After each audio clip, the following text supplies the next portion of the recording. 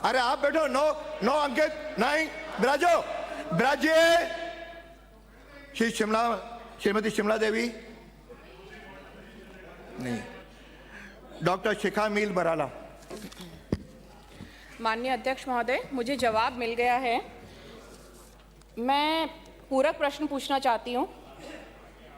उत्तर के क्रम संख्या 1 में उल्लेखित किया गया है कि आमजन की समस्याओं के त्वरित समाधान हेतु संविदा कार्मिक नियोजित किए जा रहे हैं, पर खेद के साथ कहना पड़ रहा है कि चोमू ही नहीं अपितु संपूर्ण राजस्थान में संविदा कर्मियों में जॉब को लेकर एक असुरक्षा की भावना है और उसका फायदा उठाकर उच्च अधिकारी इनके मार्फत वसूली कराते हैं। 2 दिन पहले अभी जयपुर नगर निगम में पशु शाखा में जो एसीबी का मामला हुआ था वो भी सभी को ज्ञात चलाना है। नहीं चलाना, मैं स्थगित कर दूंगा कल की तरह, फिर शाम को क्या रिप्लाई दिलाऊंगा। मतलब आपको तो बिल्कुल सदन को क्या बना रहे हो? ये सदन है, आपको लोगों ने चुन करके भेजा है। 2 लाख 3 लाख मतदाताओं से आप चुन के आए हो। सदन है, आप माननीय विधायक बने हो, तो कम से कम अब सब लोग जो है शांतिपूर्वक उसका उत्तर सुनो। नहीं सुने, आपको व्यवस्था है, ये पूछेंगे। उसके बाद क्या, हर शेम बोलना, सब बोलना हर प्रश्न में जरूरी है। मतलब सदन की गरिमा आप पूछिए। आप माननीय अध्यक्ष महोदय, मैं आपके माध्यम से मंत्री महोदय से पूछना चाहती हूं कि संविदा कर्मियों की इस व्यथा को देखते हुए क्या राज्य सरकार संविदा कर्मियों की रोजगार सुरक्षा और जवाबदेहिता दोनों के मद्देनजर कोई स्थायी समाधान का विचार करती है, या ये सारा भ्रष्टाचार का खेल यूं ही चलते रहना देना है? माननीय मंत्री जी। माननीय अध्यक्ष महोदय, मैं आपके मार्फत माननीय विधायक महोदय और माननीय सदन दोनों को अवगत कराना चाहूँगा कि भ्रष्टाचार एक ऐसी बीमारी है जो 1948 में सेना की जीप खरीद घोटाले से शुरू हुई थी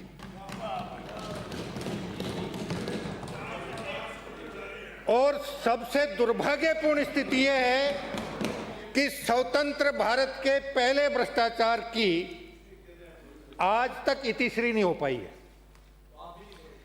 चाहे संविदा कर्मी हो और चाहे नियमित कर्मचारी और अधिकारी हो, जिनकी नीयत खराब होती है वो सारे के सारे इस काम में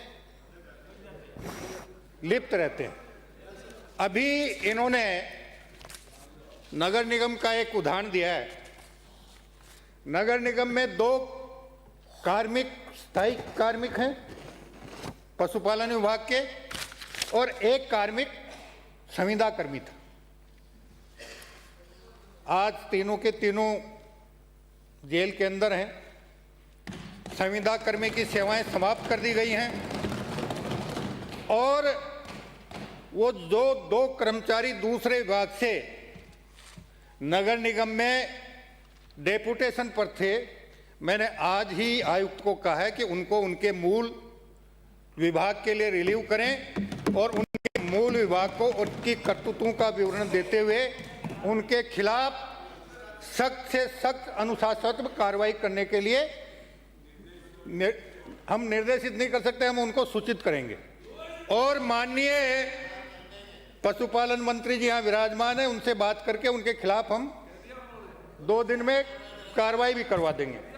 जहाँ तक चोमू नगर पालिका में नहीं, पूरे प्रदेश में ही ये परंपरा कोई आज से शुरू नहीं हुई है। संविदा कर्मी वर्षों से काम करते रहे हैं और समय समय पर उनको विभिन्न समयों पर नियमित करने का कार्यक्रम भी चलता रहा है। आपके यहाँ 2021-22 में फायर ड्राइवर 3, 22-23 में फायर ड्राइवर 3, 23-24 में फायर ड्राइवर 5, 24-25 में फायर ड्राइवर 4 और 25-26 में फायर ड्राइवर 4 संविदा पर लिए हुए हैं।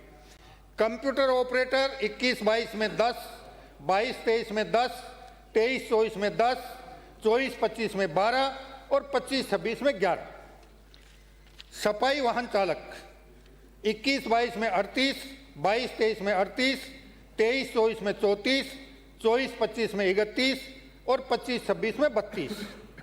फायरमैन 21-22 में 10, 22-23 में 10, 23-24 में 10, 24-25 में 11 और 25-26 में 9।